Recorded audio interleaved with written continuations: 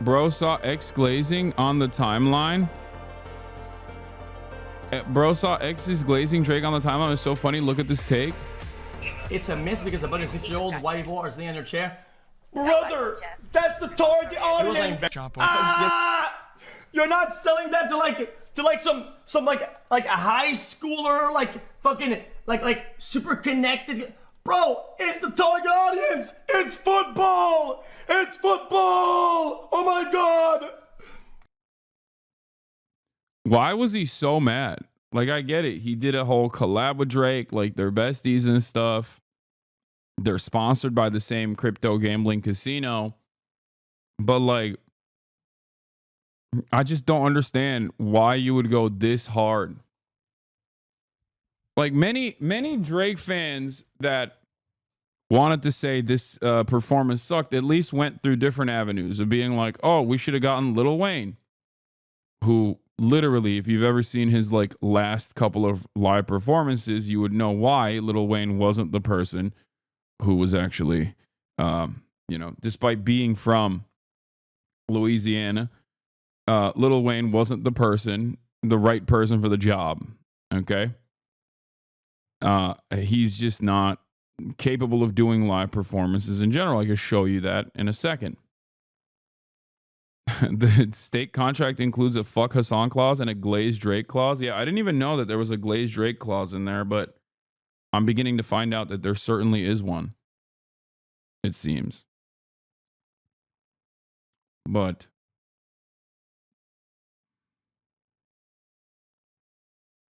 you don't even look at us when you talk anymore? What? I don't even know what you mean by that. Wheezy is historically known for being not very good live.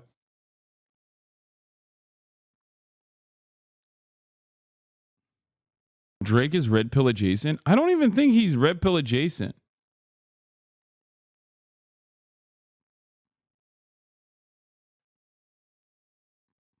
I don't actually think, like, he'll say he is.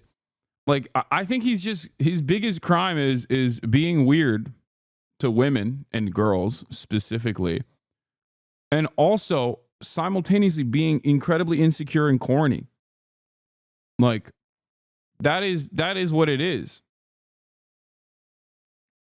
Like, I think the kick streamers don't actually glaze Drake for the red pill adjacent stuff. I think they glaze him because they can get a collab out of it, or they're hired by the same company pretty much.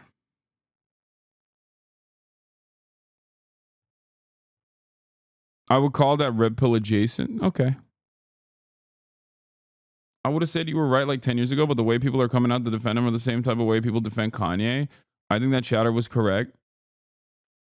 I don't know. I mean, I think I wouldn't put Drake and Kanye in the same category. I feel like Kanye is definitely Kanye's done a lot more.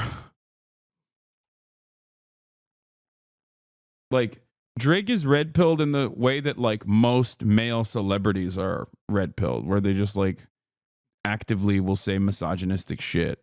You know what I mean? It's not like I don't know. I don't think that he's like above and beyond red pilled. You know what I mean?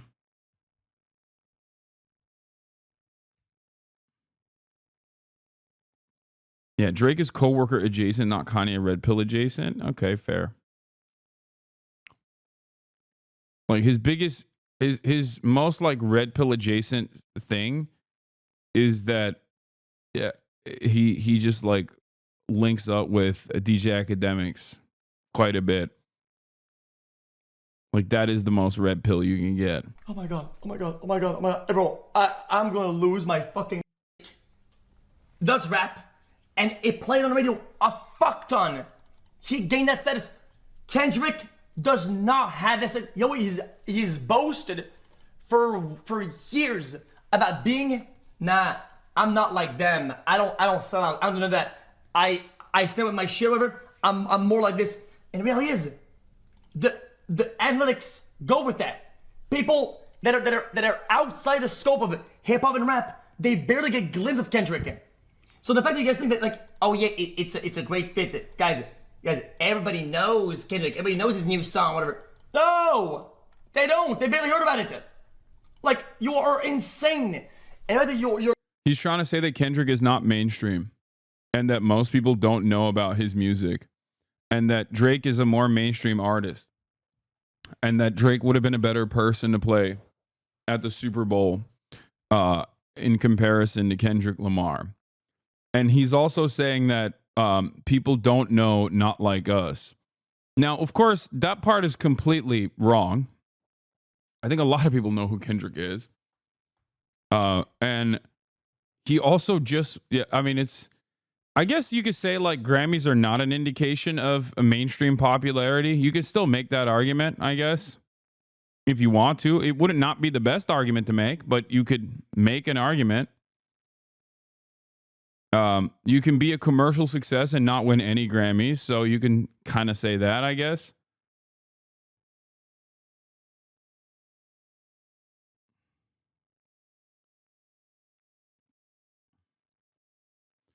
Except, having said that, the videos from inside of the stadium show that XQC is definitely wrong, especially considering that people were calling Drake a pedophile. Basically, everyone in the stadium sang the A minor side of the song. They sang the pedophile certified, lover boy certified pedophile part of the song. So when you got the whole stadium going crazy, I think at that point it's like probably a pretty decent indicator that the song is popular. You're like rewriting how all these analysts work is crazy. Brother, Drake discography eclipses the one from fucking. Forget about Drake. A bazillion pop artists absolute eclipse his entire existence. But guys, it's the biggest song of the year because of Spotify analytics. We must play this. We need this guy. People are gonna be loving this. I guess the other Glazer side of this is to say that like Drake made Kendrick Lamar. You know what I mean? Like, I guess it's trying to say like Kendrick Lamar isn't popular on his own. Like, that's his. Okay, first of all, I am doing Pepega translation here. For those of you who don't know, people can't comprehend what XQC is saying. And after many, many years of dealing with XQC, I have been able to pick up on his speech patterns. So this is not my opinion. Okay? The things that I'm saying right now are not my own personal opinions. Make no mistake. I am simply translating what XQC is saying. Okay? I do not agree with his statements. Just so you understand. XQC here is, I believe, making the argument that Kendrick Lamar is not individually popular, and that the reason why, I mean, he's elevated by the industry, and that the only reason why he was even popular, or his song was even popular, is because he went after Drake. Drake is a significantly more popular artist than Kendrick Lamar. That's what he's saying. Okay? I do not agree with this statement. I think Kendrick is an individually successful and individually popular artist with or without the Drake beef. Okay? I just want people to understand.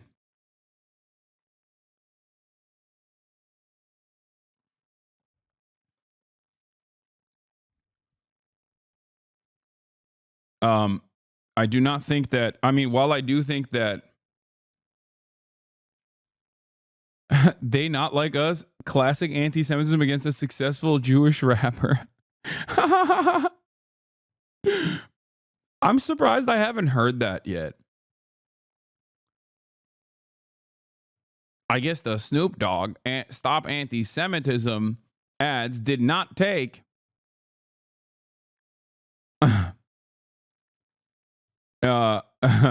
Adam Friedland, Kendrick Lamar, it would have been nice if you apologized to Drake and the Jewish community, but sigh. They, not like us. We all know who they is. That's amazing. That's true. Drake did claim it was anti-Semitic in a lawsuit. He did say that. What's really interesting is that, and perhaps a lot of people in my community are going to get mad at me and immediately say that, like, I'm a white boy who doesn't understand, but I think Kendrick Lamar did not go anywhere near as hard as he could have. And he had toned it down tremendously in terms of, like, making political statements. I think he went super balanced, and that it was all right. Like, I think Kendrick Lamar's performance left much to be desired on my end. That's what I think. I think it was good, but I expected amazing. That's what I thought. Regardless of the Super Bowl, I think that juxtaposition of Kendrick Lamar being Kendrick Lamar at the Super Bowl, a person who transcends like a brand as powerful as the Super Bowl, I think was nowhere near as hard. And before you say, "Oh, you don't understand," like Uncle Sam, I get it. No, I'm saying that was nowhere near what my expectations were. You know what I mean? Do you understand what I mean? Like, I'm not saying there wasn't any politics involved in it, or that I didn't understand the political messages within the performance. No, I'm saying I got it, but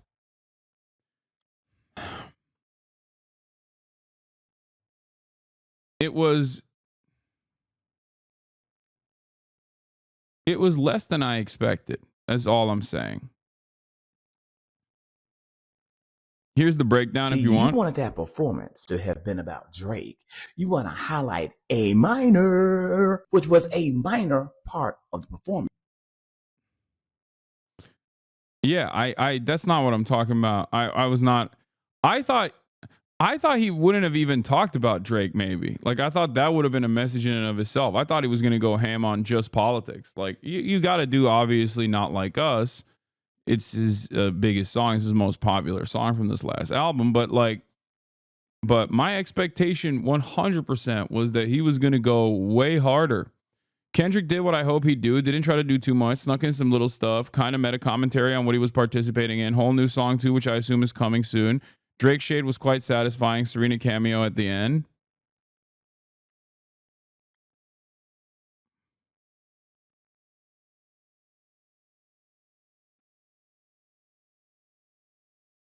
Kendrick is not that profound. What? He absolutely is. That's the thing. That is the one thing he is. What are you talking about? You could say, like, oh, he doesn't have a lot of hits that are super popular or whatever, right? I mean, you can't say that any longer, but like, but that's the one thing that he does, like, the most, which is why my expectations, I mean, you're talking about dude with a Pulitzer Prize, you know what I mean, for a rap album. But normally he is, and in this situation he also had some subtle nods, but overall I think that my expectation was that he would go way harder, like the divided United States flag, and I guess like I guess like part of it is all the Uncle Sam, obviously, or the fact that, like, the United States flag was divided. You had, like, there was a lot of subtle political statements, because all comprised of black people. That's the other thing, and that he mentioned 40 acres and a mule. But anyway, let's keep going. Performance was not about Drake. It was about us, the United States of America, in this moment. in American history. That's why he started with squabble up, because that's what we got to do. We have to fight back in order to survive. Kendrick Lamar, the embodiment of swift artistry and Gemini genius, and the first solo rapper to headline a Super Bowl, delivered a performance rich with symbolism, some of which may have been missed on first watch. But I promise you, it's going to be discussed by cultural. You want him to go harder in this climate where black people have to deal with enough as it is? He signaled to his target audience, and that was enough. Black people perfectly understood what he was talking about, respectfully. Okay, we're leaving that. We're leaving that kind of sentiment in 2024. Okay, we're here. We're in here. We're just you're having a conversation with me. Okay, please stop. Like no, we're not doing this. Okay, I'm just telling you what my expectation is. Yes, I thought he would go harder. Okay, yes, at a time when black people are under attack, my expectation was that Kendrick Lamar, black man, would go harder. White guy. Talking about what black people want, try not to laugh. Yeah, I know, dude. I know. It's because I'm racist, dude. Come on, get with the program. I'm racist. I'm a white supremacist, man. Okay? That's it. That's who you've been watching this whole time. Shut up. And now chat calling them woke. Can we please not be a parody of the right? No, it's just so annoying. All right. Anyway, let's continue. And before people say, "Oh, what do you mean? It's Kendrick Lamar." Like, can't he do a normal ass halftime show? Yeah, it's Kendrick Lamar. What are you talking about? It's Kendrick Lamar. It's not like, yeah, if it was J. Cole, my expectations would not be that he comes out with like a political message, or if he did, it would probably be like very liberal #resistance style. But it's fucking Kendrick Lamar. Jesus Christ. Like, that's it.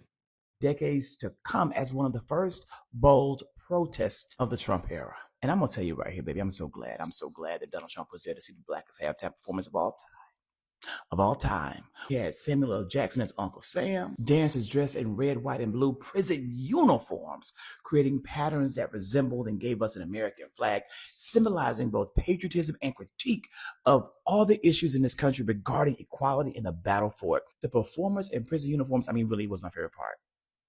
Just think about it. Where America's society wants to relegate us, wants to put us, prison, wage slavery, mere entertainment. And at a time when black excellence is under attack, facing false equivalencies and the misguided relevance of the anti-DEI movement, Kendrick Lamar's choreography and visuals underscored a bigger point.